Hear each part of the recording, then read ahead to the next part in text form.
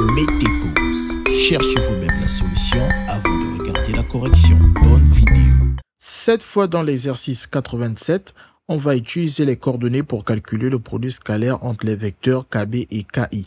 On vous rappelle que si IJK est une base orthonormée, le vecteur U égale à x de i plus y de j plus z de k, alors U a pour coordonnées x, y, z dans la base IJK.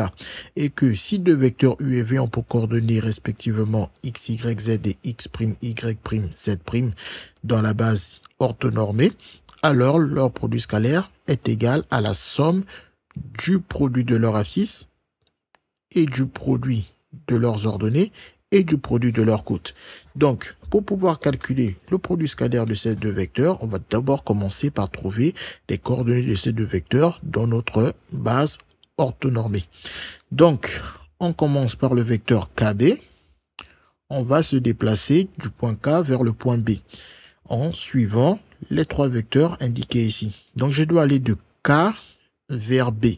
Donc, je dois d'abord me déplacer suivant la direction 1/2 de AB. Donc, j'avance de 1/2 de AB, donc une fois 1/2 de AB, puis je réavance de une autre fois 1/2 de AB, donc ça me fait 2 fois 1/2 de AB. Ensuite, je me déplace maintenant suivant la direction de AD, donc je recule dans le sens bien évidemment opposé de AD, donc moins 1/2 de AD, donc moins une fois 1/2 de AD. Donc je l'écris, ça me fait moins 1, 1/2 de AD.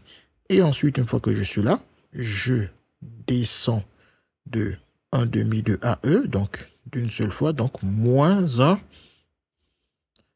de AE. Une fois que j'ai ça, les nombres qui apparaissent ici, 2, moins 1 et moins 1, sont les coordonnées du vecteur KB dans ma base. Donc KB, il a pour coordonnées 2, moins 1 dans la base orthonormée de l'exercice. On refait exactement la même chose pour le vecteur KI.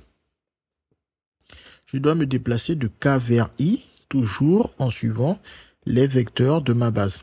Donc, je suis en K, j'avance de une fois 1/2 de AB, donc j'écris KI, c'est une fois 1/2 du vecteur AB. Et une fois que je suis ici, je vais vers l'arrière, donc de une fois 1/2 de AD, donc plus une fois 1/2 de AD.